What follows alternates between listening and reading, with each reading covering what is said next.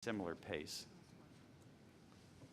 We'll go to the question right in front here, and then to the gentleman in the third row on the other side.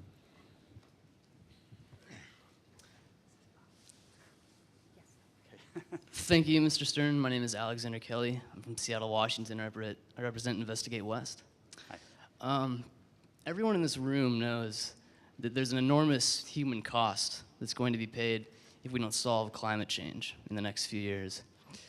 We're talking about billions of lives, and certainly the lives of us in this room, and many others yet to be born. Can we get to the Now, we're question, 2 please? years after the largest global recession that we've seen since the 1930s.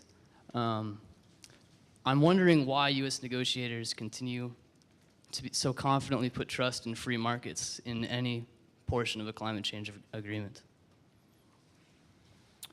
Well, I think you're asking a question that that goes, for example, to the nature of the European emissions trading system, which is a market system, for example.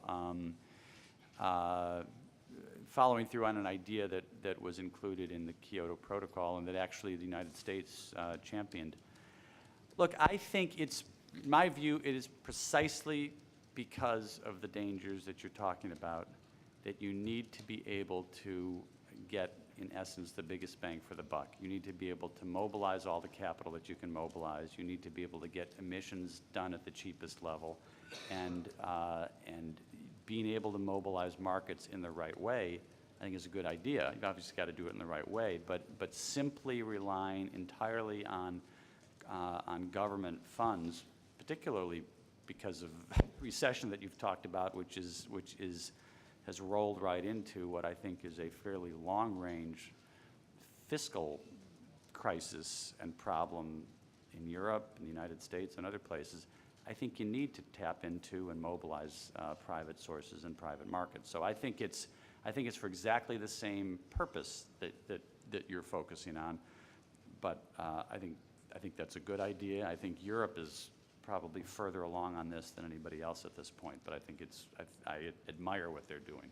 Even in the wake of this recorded history of boom and bust, we're talking 200 years of capitalism having this enormous human cost. Well, I think why don't we move on to the next? We'll move. Thank you very much. Yeah, If thank you you. could take a seat, and I've called on the gentleman in the jacket there, third row. Thank you. Mark Stevenson from the Associated Press. Ambassador, I wondered, to